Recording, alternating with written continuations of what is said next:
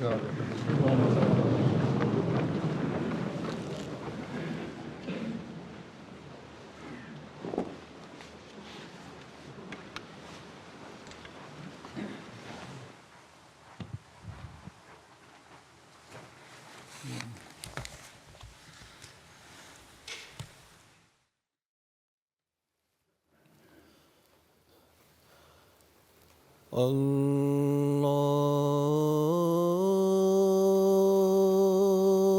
أكبر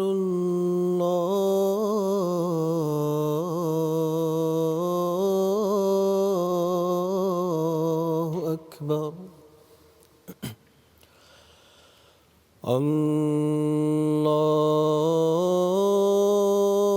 الله أكبر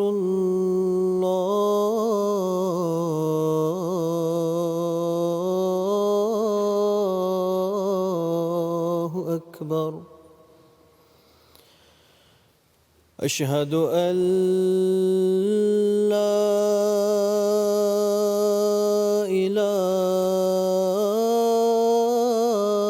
إله إلا الله أشهد أن لا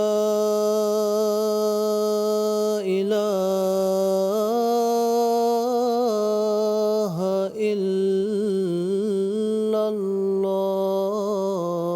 الله أشهد أن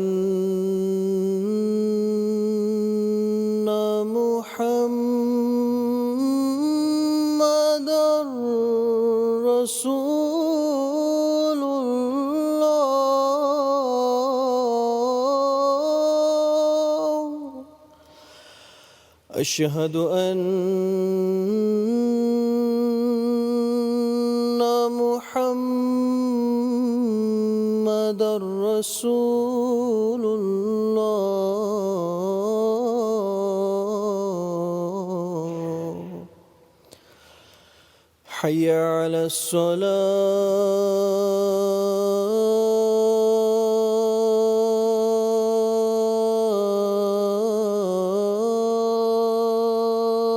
الصلاة حي على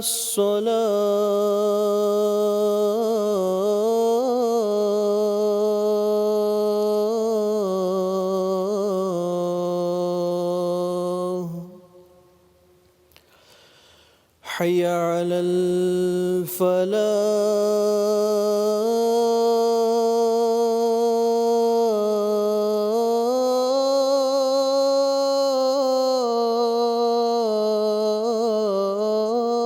الفلاح حي على الفلاح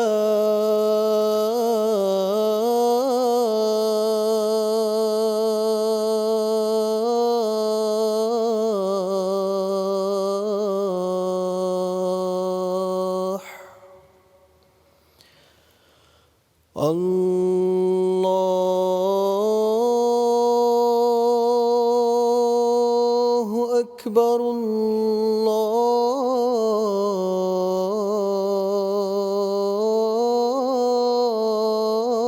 الله أكبر لا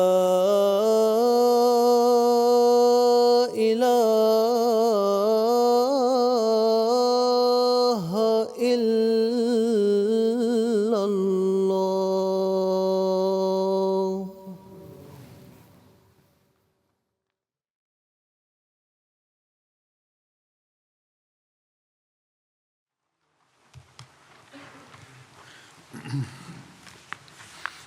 السلام علیکم ورحمۃ اللہ.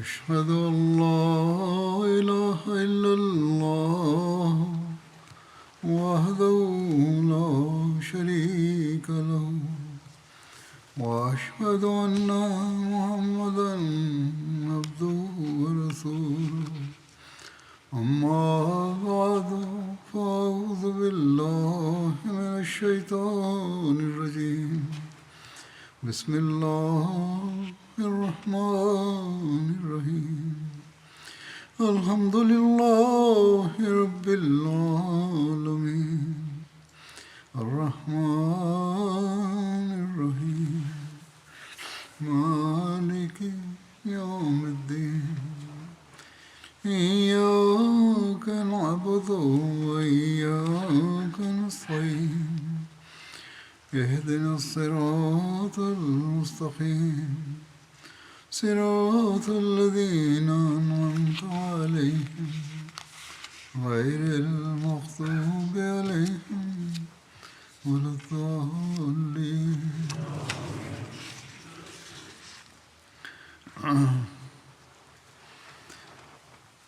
آج کل جنگ احزاب کا ذکر چل رہا ہے.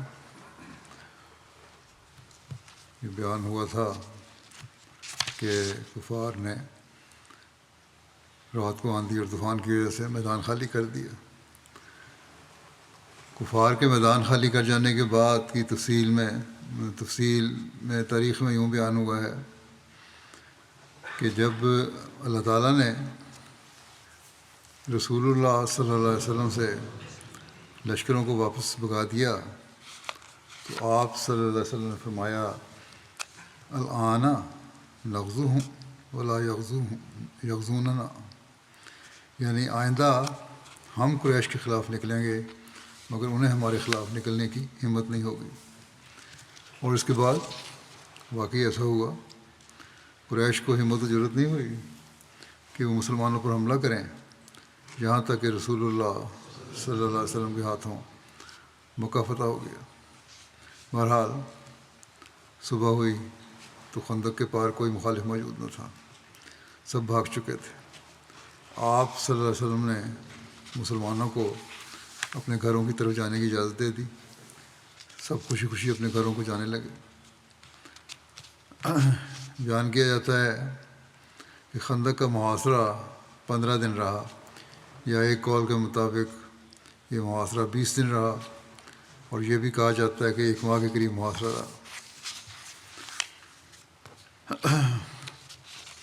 غزوہ خندق میں 9 افراد شہید ہوئے تھے. جو ایک سعد بن معاذ ہیں، یہ اس جنگ میں زخمی ہوئے تھے اور کچھ دنوں کے بعد وفات ہوئی. انس بن اوس، پھر عبداللہ بن سہل، طفیل بن نعمان، ثعلبہ بن انما بن عدی، کعب بن زید، قیس بن زید بن عامر، عبداللہ بن ابی خالد، ابو سنان بن سیفی بن صخر. اور 2 صحابہ دراصل پہلے شہید ہو گئے تھے، پہلے جن کا ذکر ہو چکا ہے، جو ابو سفیان کی لشکر کا پتہ کرنے گئے تھے اور وہاں شہید ہوئے. یوں کل 11 شہید ہوئے. یہ 2 جو تھے یہ سلیت اور سفیان بن عوف اسلمی تھے. مشرکین کے 3 افراد مارے گئے،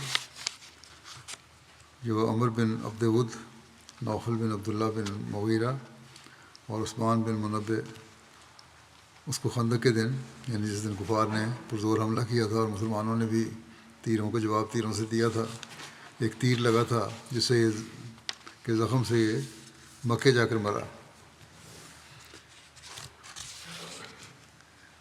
جنگ احزاب کا موعظانہ انجام ہوا جیسا کہ ہم نے دیکھا ہے تاریخ میں.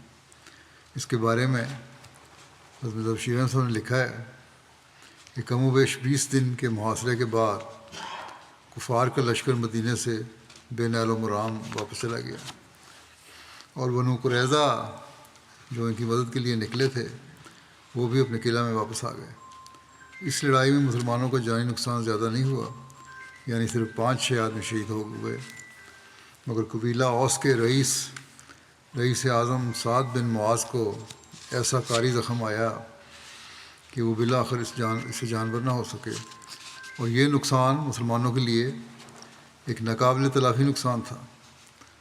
کفار کے لشکر میں سے صرف 3 آدمی قتل ہوئے، لیکن اس جنگ میں قریش کو کچھ ایسا دھکا لگا کہ اس کے بعد ان کو پھر کبھی مسلمانوں کے خلاف اس طرح جتھا بنا کر نکلنے یا مدینے پر حملہ آور ہونے کی ہمت نہیں ہوئی، اور حضرت صلی اللہ علیہ وسلم کی پیش گوئی لفظ بلفظ پوری ہوئی۔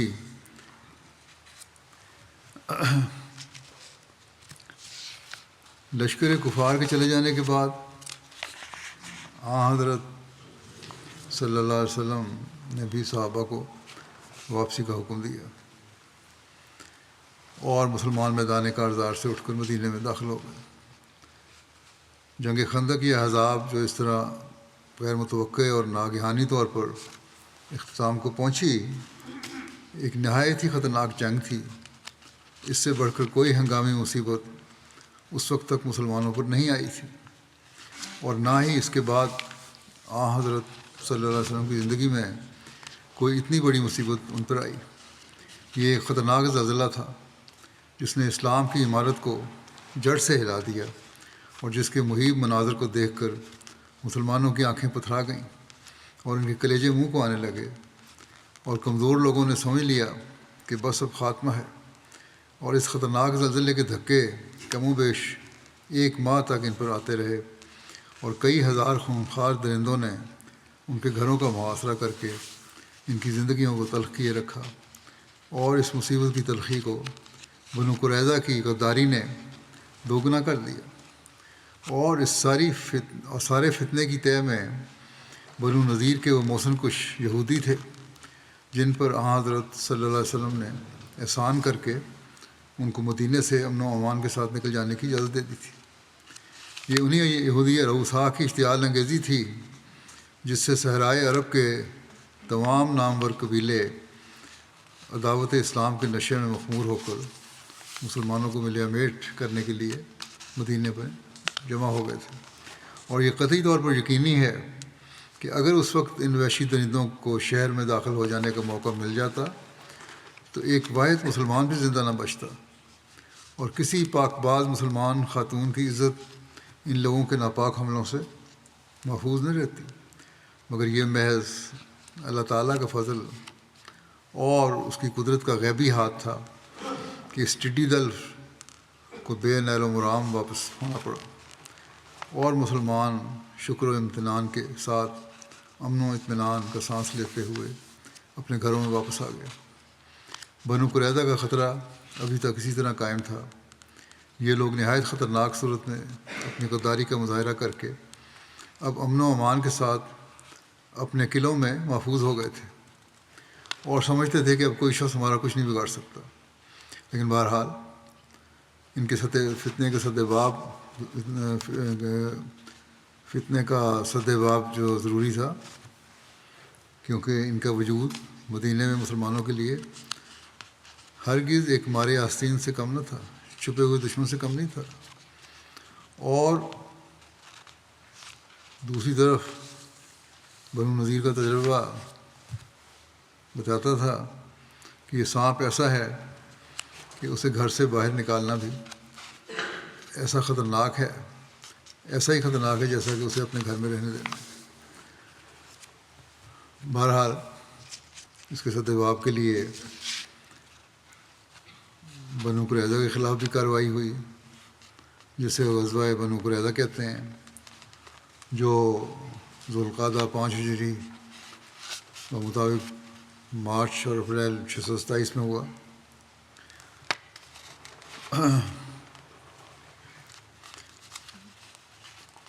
قرآن کریم میں بھی اس بارے میں ذکر آیا ہے۔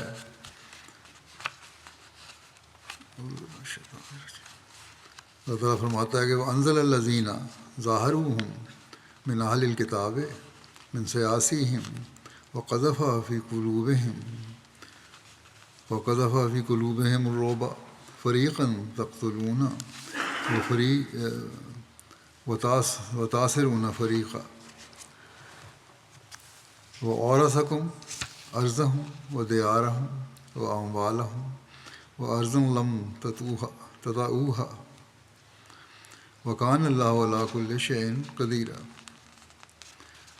اور اس نے ان لوگوں کو جنہوں نے اہل کتاب میں سے ان کی مدد کی تھی ان کے قلعوں سے نیچے اتار دیا، اور ان کے دلوں میں رعب ڈال دیا، ان میں سے ایک فریق کو تم قتل کر رہے تھے اور ایک فریق کو قیدی بنا رہے تھے، اور تمہیں ان کی زمین اور ان کے مکانوں اور ان کے اموال کا وارث بنا دیا، اور ایسی زمین کا بھی جسے تم نے اس وقت تک قدموں تلے پامال نہیں کیا تھا، اور اللہ ہر چیز پر جسے وہ چاہے دائمی قدرت رکھتا ہے۔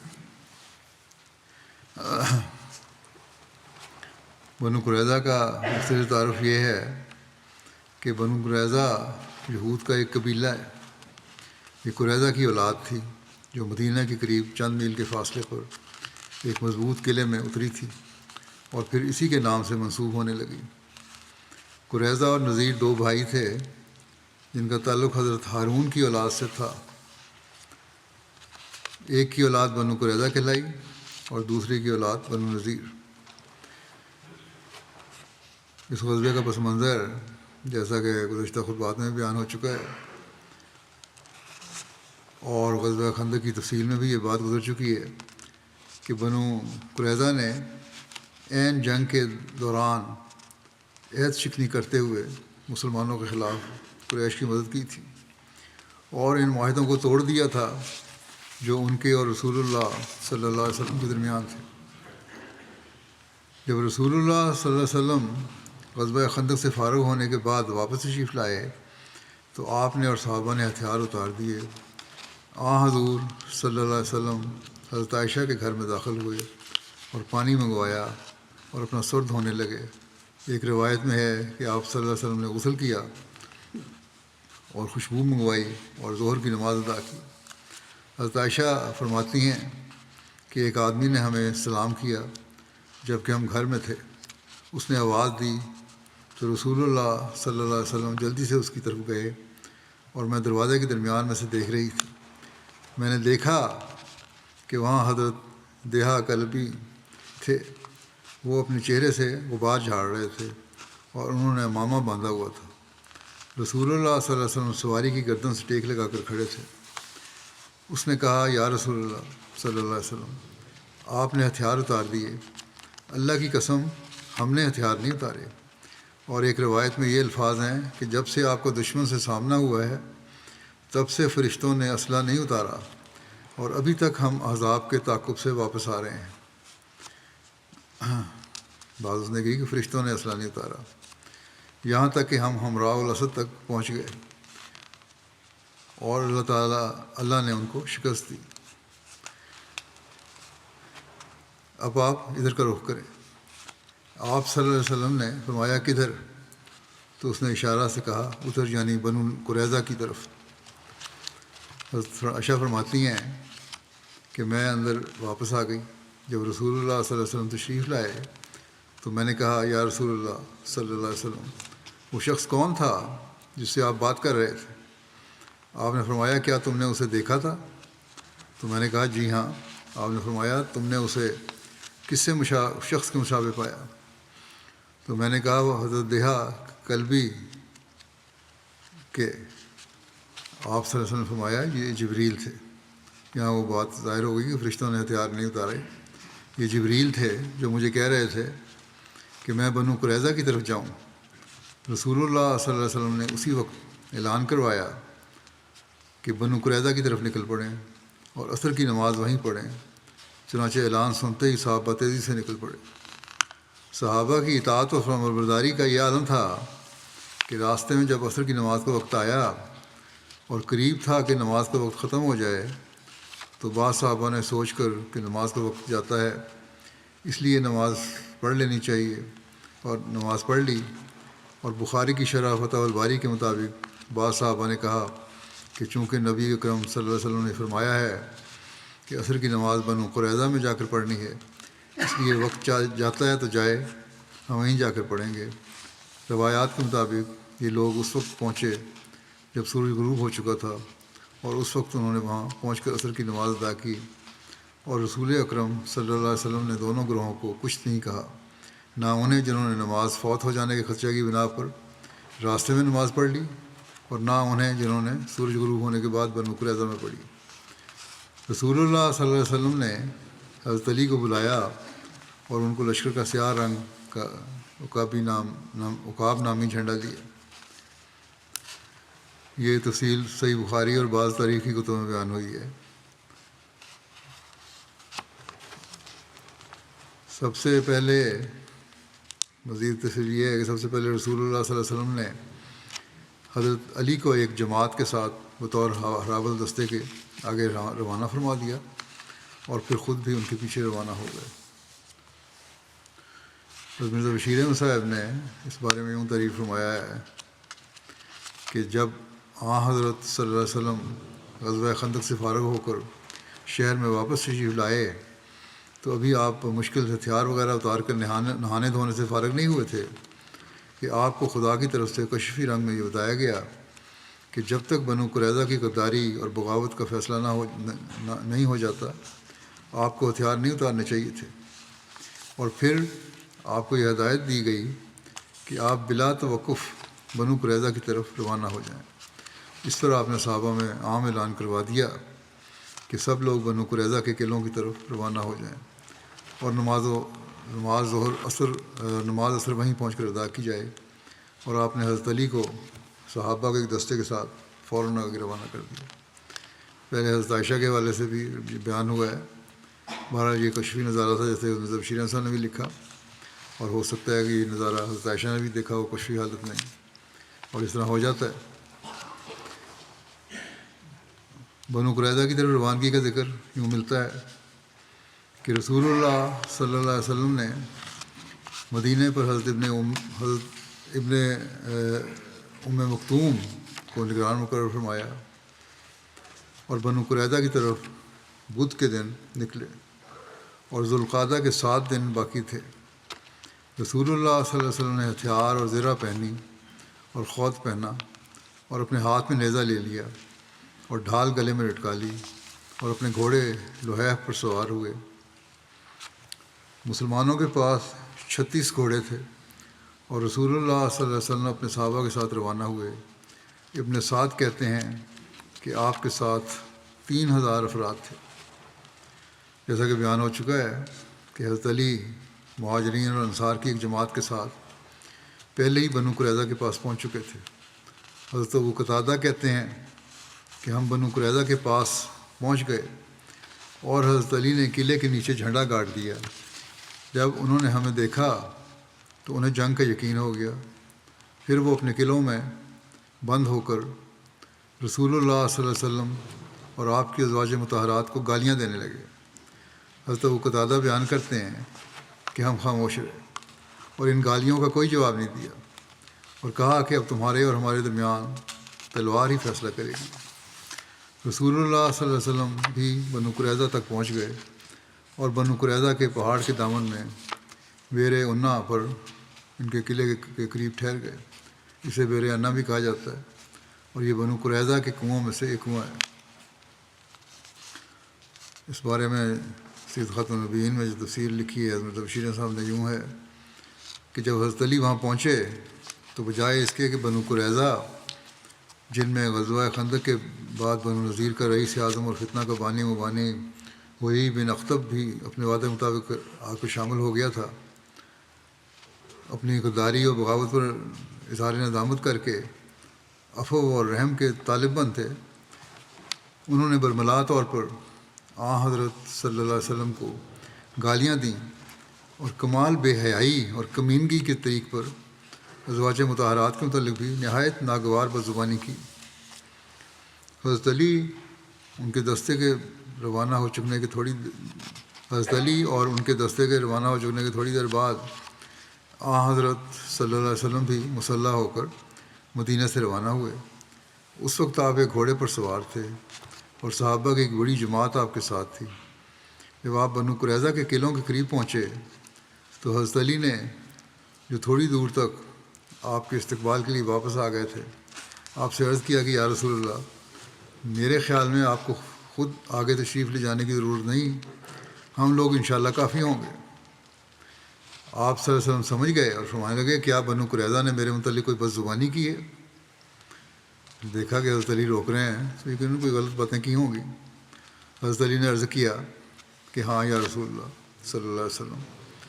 آپ صلی اللہ علیہ وسلم نے فرمایا خیر ہے، چلو قد اوذی موسیٰ باکثر من ھذا، یعنی موسیٰ کو ان لوگوں کی طرف سے اس سے بھی زیادہ تکلیف پہنچی تھی۔ بس آپ آگے بڑھے، بنو قریظہ کے کنویں پر پہنچ کر ڈیرا ڈال دیا۔ ایک روایت کے مطابق حضرت صلی اللہ علیہ وسلم نے حضرت علی سے فرمایا کہ پریشانی کی کوئی بات نہیں، ان میں جتنی جرت نہیں ہے کہ میرے سامنے مجھے برا بھلا کہیں، اور بڑے اطمینان اور وقار کے ساتھ آگے بڑھے۔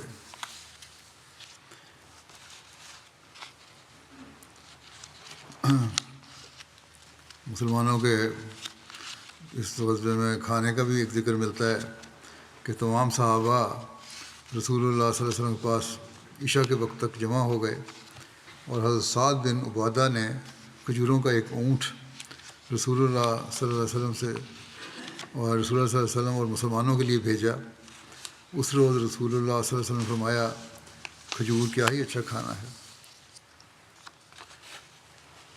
مسلمانوں کے بنو قریظہ پر محاصرے کی مزید تفصیل یوں بیان ہوئی ہے کہ رسول اللہ صلی اللہ علیہ وسلم سحری کے وقت آگے بڑھے اور تیر انداز دستے کو آگے رکھا۔ انہوں نے یہودیوں کے قلعوں کا احاطہ کر لیا اور ان پر تیر اندازی کی اور پتھر برسائے، اور وہ بھی اپنے قلعوں سے تیر اندازی کرتے رہے، یہودی بھی، یہاں تک کہ شام ہو گئی۔ پھر قلعوں کے ارد گرد رات گزاری اور مسلمان یہود پر باری باری حملہ کرتے گئے۔ رسول اللہ صلی اللہ علیہ وسلم مسلسل ان پر تیر اندازی کرواتے رہے، یہاں تک کہ یہود نے ہلاکت کا یقین کر لیا اور مسلمانوں پر تیر اندازی چھوڑ دی اور کہنے لگے کہ ہمیں چھوڑ دو، ہم تم سے بات چیت کرتے ہیں۔ رسول اللہ صلی اللہ علیہ وسلم نے فرمایا ٹھیک ہے۔ انہوں نے نباش بن قیس کو آپ کے پاس بھیجا۔ اس نے رسول اللہ صلی اللہ علیہ وسلم سے کہا کہ انہیں یہاں سے چلے جانے کی اجازت دے دیں، جیسے بنو نذیر یہاں سے گئے تھے، اور آپ اموال اور ہتھیار لے لیں اور ہمارے خون معاف فرما دیں۔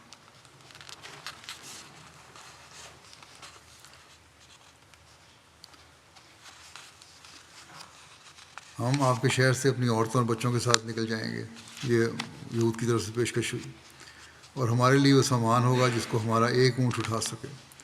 لیکن رسول اللہ صلی اللہ علیہ وسلم نے انکار کر دیا، اور پھر نباش نے کہا کہ ہمیں اموال کی ضرورت نہیں جس کو ہمارے اونٹ اٹھائیں۔ رسول اللہ صلی اللہ علیہ وسلم نے انکار کر دیا کہ انہیں حضرت صلی اللہ علیہ وسلم کے فیصلے کے مطابق اترنا ہوگا، لیکن اس نے رسول اکرم صلی اللہ علیہ وسلم کے فیصلہ پر اترنے سے انکار کر دیا اور اپنی قوم میں واپس چلا گیا۔ اس کے بعد بنو قریظہ کے سرداروں نے آپس میں مشاورت کی، مشورے کیے۔ جب نباش نے اپنی قوم میں آ کر ان کو تمام حالات کی خبر دی اور محاصرہ اب طول پکڑنے لگا، تو بنو قریظہ کا سردار کعب بن اسد اپنی قوم کے لوگوں سے مخاطب ہو کر کہنے لگا کہ اللہ کی قسم تم پر ایک آزمائش آئی ہے جسے تم دیکھ رہے ہو۔ میں تمہارے سامنے 3 باتیں پیش کرتا ہوں، ان میں سے جس کو چاہو قبول کر لو۔ انہوں نے کہا کہ وہ کیا ہے؟ کعب بن اسد نے کہا کہ ہم محمد صلی اللہ علیہ وسلم کی اطاعت قبول کر لیں اور ان کو سچا مان لیں، کیونکہ اللہ کی قسم تمہیں معلوم ہو چکا ہے کہ وہ نبی بنا کر بھیجے گئے ہیں، اور یہ وہی شخص ہیں جن کا ذکر تم اپنی کتابوں میں پڑھتے ہو، اور ہمارے ایمان لانے کی وجہ سے تمہارا خون، تمہارے مال اور تمہاری عورتیں محفوظ ہو جائیں گی۔ بخدا تم جانتے ہو کہ محمد صلی اللہ علیہ وسلم نبی ہیں، اور ہم ان کے ساتھ شامل ہونے سے صرف اس بات نے روکا ہے کہ وہ عرب سے ہیں اور بنی اسرائیل سے نہیں۔ بس اب جہاں وہ ہے اللہ نے ہی اس کو نبی بنایا ہے، یعنی اب تو جو بھی ہیں وہ انہیں بنایا ہے نبی۔ یہ تو بڑا واضح ہے۔ اور کہنے لگا کہ میں تو عہد بھی توڑنا پسند نہیں کرتا تھا، لیکن یہ مصیبت اور آزمائش اس حیی بن اخطب کی طرف سے ہے۔ وہ پاس بیٹھا ہوا تھا۔ پھر کعب نے کہا کیا تمہیں یاد ہے کہ ابن جواس، یہ یہود کا ایک قدیم عالم تھا، اس نے تمہیں کیا کہا تھا جب وہ تمہارے پاس آیا تھا؟ اس نے کہا تھا کہ میں نے شراب، سرکے اور کھجور کی سرزمین یعنی بیت المقدس کی سرزمین چھوڑ دی اور میں پانی، کھجور اور جو کی سرزمین میں آ گیا ہوں۔ لوگوں نے کہا کہ ایسا کیوں؟ تو کعب بن اسد نے بتایا کہ کعب بن اسد نے کہا کہ اس نے کہا تھا کہ اس بستی سے، یہ بزرگ نے، ایک بستی سے ایک نبی کا ظہور ہوگا، اور اس وقت اگر میں زندہ ہوا تو اس کی اتباع اور مدد کروں گا، اور اگر وہ میرے بعد آیا تو تم محتاط رہنا کہ کوئی تمہیں اس کے بارے میں دھوکے میں نہ ڈال دے، یعنی تم قبول کر لینا، انکار نہ کرنا، اس کی اتباع کرنا اور مددگار اور دوست بن جانا۔ میں تو دونوں کتابوں پر ایمان لے آیا ہوں، پہلی پر بھی اور آخری پر بھی، یعنی جو آن وسلم پر اترنے والی کتاب ہے اس پر بھی، اور میرا سلام اسے پہنچا دینا اور اسے کہنا کہ میں نے اس کی تصدیق کی تھی۔ پھر کعب کہنے لگا، بس آؤ ہم یعنی محمد صلی اللہ علیہ وسلم کی اتباع اور تصدیق کریں۔ تو یہ سن کر بنو قریظہ کے لوگ کہنے لگے، ہم تو رات کے یعنی تو رات کا جو فیصلہ ہے اس سے کبھی بھی جدا نہیں ہوں گے، جو حضرت موسیٰ کی کتاب ہے، اور اس کو کسی اور کتاب سے ہرگز نہیں بدلیں گے۔ اس پر کعب نے کہا، جب تم میری بات نہیں مانتے تو دوسری بات یہ ہے کہ آؤ ہم اپنے بچوں اور بیویوں کو قتل کر دیں، پھر تلواریں سونت کر محمد صلی اللہ علیہ وسلم اور ان کے صحابہ پر ٹوٹ پڑے، ہمارا پیچھے کوئی بوجھ نہ ہوگا حتیٰ کہ اللہ ہمارے اور محمد صلی اللہ علیہ وسلم کے درمیان فیصلہ کر دے۔ اگر ہم ہارے گئے تو ہم ہی ہلاک ہوں گے، ہمارے پیچھے پوری نسل نہیں ہوگی جس کے بارے میں ہمیں خدشہ ہوگا، اور اگر ہم غالب آ گئے تو میری عمر کی قسم، اولاد اور بیویاں تو ہمیں اور بھی مل جائیں گی۔ لوگوں نے کہا کہ کیا ہم ان مسکینوں کو قتل کر دیں؟ ان کے بعد زندگی میں کیا لذت رہ جائے گی؟ پھر کعب نے کہا، اگر تم میری یہ بات بھی نہیں مانتے تو آج کی رات ہفتہ یعنی سبت کی ہے، اور امید ہے کہ محمد صلی اللہ علیہ وسلم اور ان کے صحابہ اس رات ہماری طرف سے بے فکر ہوں گے، اس لیے تم ان پر حملہ کر دو، شاید کہ ہم محمد صلی اللہ علیہ وسلم اور ان کے صحابہ کو دھوکہ دے سکیں۔ وہ کہنے لگے کہ ہم اپنے سبت کو خراب کر دیں اور اس میں ایسا کام کریں جو ہم سے پہلے کسی نے نہیں کیا، سوائے اس کے جس کو تو جانتا ہے، اور پھر اس کا مسخ ہو جانا بھی تجھے مخفی نہیں۔ اور یوں کعب کی تینوں باتوں میں سے کسی کو بھی ماننے سے انکار کر دیا۔ کعب کے بعد ایک اور یہودی عمر بن سودا نے کہا، اے یہود کے گروہ، تم نے محمد صلی اللہ علیہ وسلم سے معاہدہ کیا اور تم نے اپنے اس وعدے کو توڑ دیا جو تمہارے اور ان کے درمیان تھا۔ نہ میں تمہارے اس معاہدے میں شامل ہوا تھا اور نہ ہی میں تمہارے ساتھ تمہارے دھوکے میں شریک ہوں۔ اگر تم ان کے دین میں داخل ہونے سے انکار کرتے ہو تو یہودیت پر تو ثابت قدم رہو، اگر ان کا انکار کرنا ہے تو یہودیت کی تعلیم اس پہ ثابت قدم رہو اور ان کو جزیہ دے دو۔ اللہ کی قسم میں نہیں جانتا کہ وہ اس کو قبول کریں گے یا نہیں۔ وہ کہنے لگے کہ ہم عرب کو اپنی گردنیں چھڑوانے کے لیے خراج نہیں دیں گے، یہ تو نہیں ہو سکتا، ہم نے نہیں دینا، یہ اس سے بہتر تو قتل ہے۔ تو عمر نے کہا، پھر میں تم سے بری ہوں، اور وہ اسی رات قلعے سے باہر نکل گیا۔ وہ رسول اللہ صلی اللہ علیہ وسلم کے پہرے داروں کے پاس سے گزرا، حضرت محمد بن مسلمہ ان پر نگران تھے۔ انہوں نے کہا، کون ہے؟ اس نے کہا، عمر بن سودا۔ حضرت محمد بن مسلمہ نے کہا کہ گزر جاؤ، اور کہا، اللہم لا تحرمنی اقالۃ اثرات الکرام، یعنی اے اللہ مجھے شریفوں کی غلطیوں پر پردہ ڈالنے کے نیک عمل سے محروم نہ کرنا، اور اس کا راستہ چھوڑ دیا، اور وہ نکل کر رسول اللہ صلی اللہ علیہ وسلم کی مسجد میں آ گیا اور وہیں صبح کی، اور صبح کے وقت وہاں سے چلا گیا، معلوم نہ ہو سکا کہ وہ کہاں گیا۔ اس کا ذکر جب رسول اللہ صلی اللہ علیہ وسلم کے سامنے کیا گیا تو آپ صلی اللہ علیہ وسلم نے فرمایا، وہ ایسا آدمی ہے جسے اللہ نے اس کی وفا کی وجہ سے نجات دے دی۔ اسی طرح کعب کی یہ باتیں سن کر 3 اور افراد اسی رات قلعے سے اتر آئے اور اسلام لے آئے اور اپنی جانیں، اپنے خاندان اور اپنے اموال بچا لیے۔ حضرت ابو لبابہ کا واقعہ بیان ہوا ہے، اس بارے میں لکھا ہے کہ اب رسول اللہ صلی اللہ علیہ وسلم نے قلعوں پر سختی بڑھا دی۔ جب ان پر محاصرہ تنگ ہو گیا تو انہوں نے سبت کی رات رسول اللہ صلی اللہ علیہ وسلم کی طرف پیغام بھیجا کہ حضرت ابو لبابہ بن عبد المنذر کو ہماری طرف بھیج دیں تاکہ ہم ان سے اپنے معاملے میں مشورہ کر لیں۔ یہ بنو قریظہ کے حلیف قبیلہ اوس کے ایک معزز فرد تھے۔ رسول اللہ صلی اللہ علیہ وسلم نے ان کو بھیج دیا۔ جب انہوں نے حضرت ابو لبابہ کو دیکھا تو مرد ان کی طرف آنے لگے اور عورتیں اور بچے ان کے سامنے رونے لگے۔ حضرت ابو لبابہ ان کے لیے نرم ہو گئے، ان کے دل میں نرمی پیدا ہوئی ان کے لیے۔ کعب بن اسد کی چال چلی تھی انہوں نے۔ کعب بن اسد نے کہا کہ اے ابو لبابہ، ہم نے صرف آپ کو چنا ہے، بے شک محمد صلی اللہ علیہ وسلم اپنا فیصلہ قبول کرانے کے سوا کسی بات پر تیار نہیں ہیں۔ آپ کا کیا خیال ہے کہ ہم ان کے فیصلے کو قبول کر لیں؟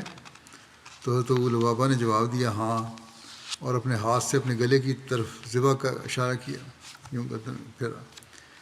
حضرت ابو لبابہ کہتے ہیں کہ اللہ کی قسم، میرے قدم ابھی تک اپنی جگہ پر تھے کہ میں نے محسوس کیا کہ میں نے اللہ اور اس کے رسول سے خیانت کی ہے۔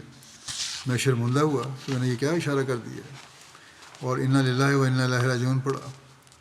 میں نیچے اترا تو میری داڑھی آنسوؤں سے تر تھی، لوگ میرے لوٹنے کا انتظار کر رہے تھے۔ میں نے قلعے کے پیچھے ایک دوسرا راستہ لیا اور مسجد میں آ گیا اور رسول اللہ صلی اللہ علیہ وسلم کے پاس نہیں گیا۔ میں نے اپنے آپ کو ستون سے باندھ دیا سزا کے طور پر۔ میں نے کہا میں یہاں سے نہیں ہٹوں گا یہاں تک کہ مر جاؤں یا اللہ میرے اس فعل پر میری توبہ قبول کر لے۔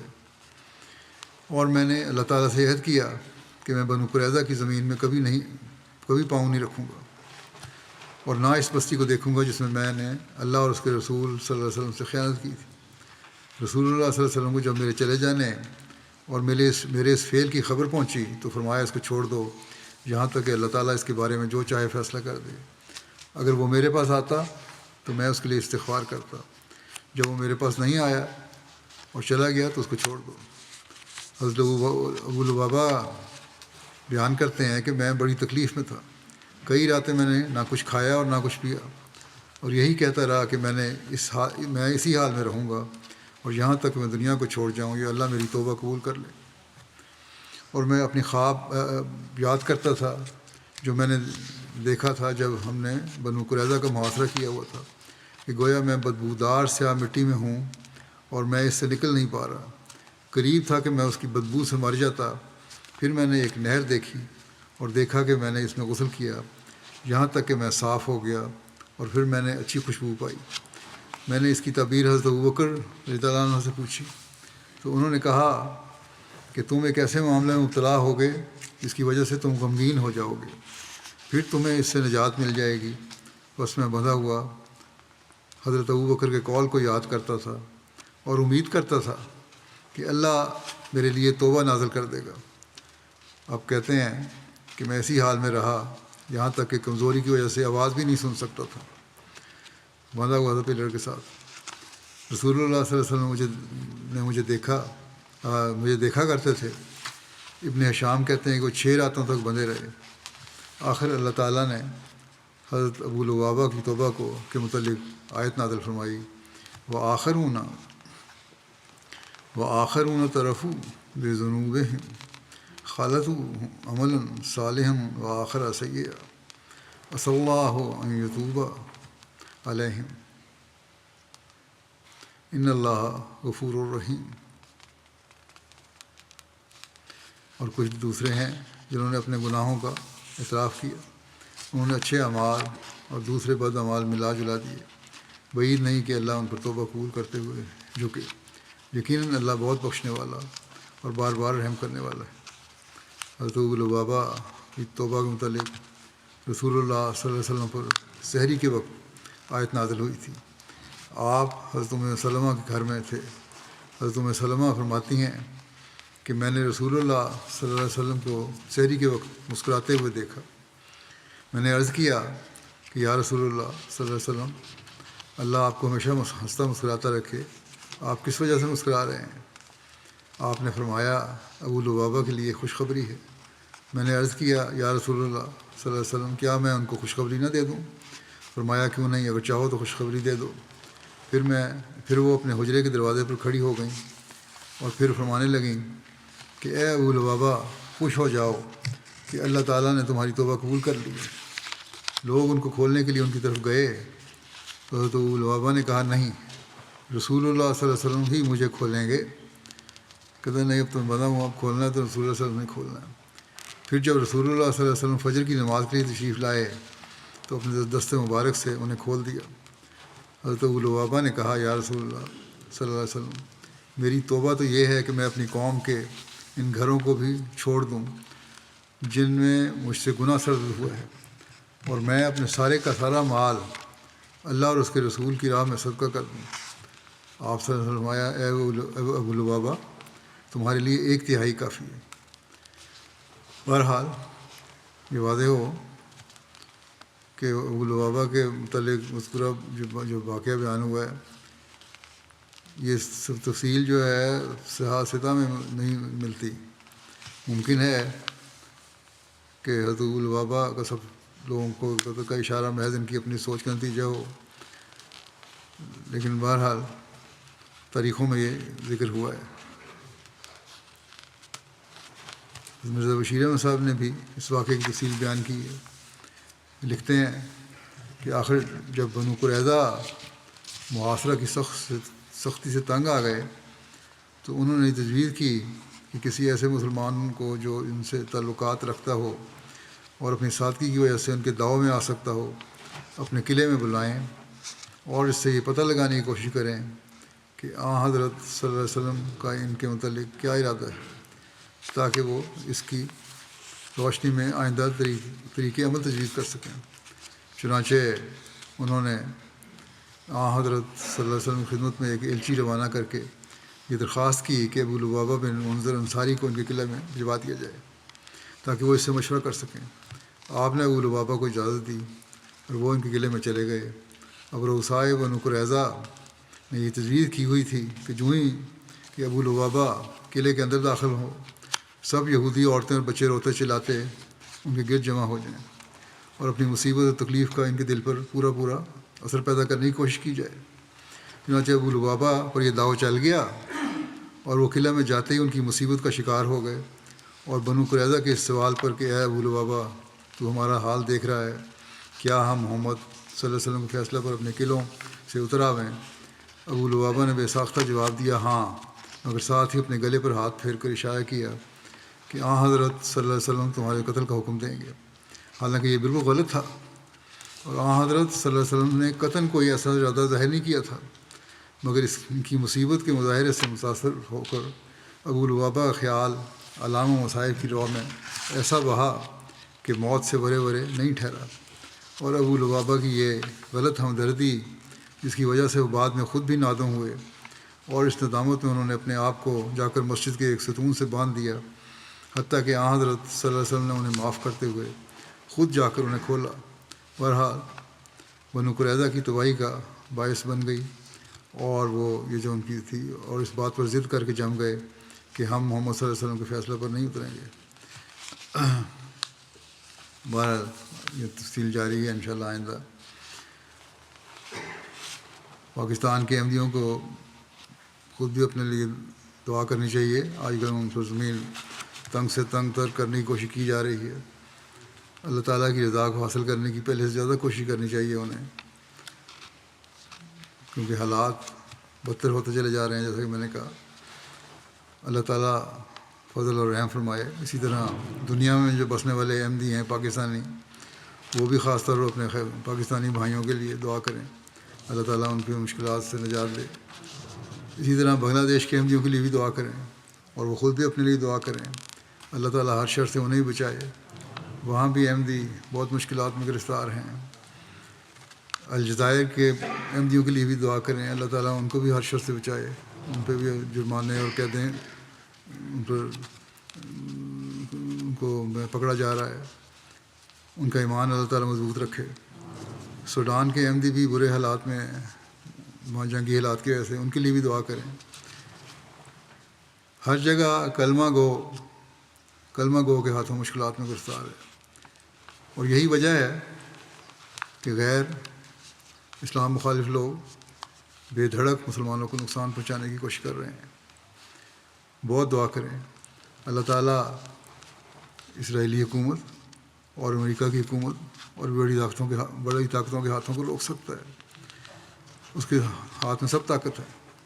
لیکن اس کے لیے مسلمانوں کو بھی اپنے عمل اللہ تعالیٰ کی رضا کے مطابق ڈھالنے ہوں گے اور بھائی بھائی ہونے کا نمونہ بننا ہوگا. آپس کے اختلافات کو ختم کرنا ہوگا جو ہمیں نظر نہیں آ رہے کہیں.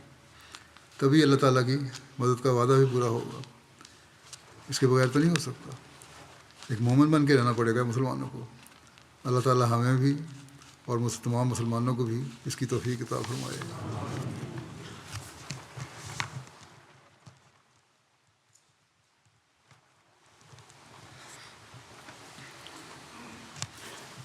الحمد للہ نحمده ونستعینه ونستغفره ونؤمن به ونتوکل علیہ ونعوذ باللہ من شرور انفسنا ومن سیئات اعمالنا من يهده الله فلا مضل له ومن يضلل فلا هادي له ونشهد أن لا إله إلا الله ونشهد أن محمدا عبده ورسوله. عباد الله رحمكم الله إن الله يأمر بالعدل والإحسان وإيتاء ذي القربى وينهى عن الفحشاء والمنكر والبغي يعظكم لعلكم تذكرون. اذكروا الله يذكركم وادعوه يستجب لكم ولذكر الله أكبر.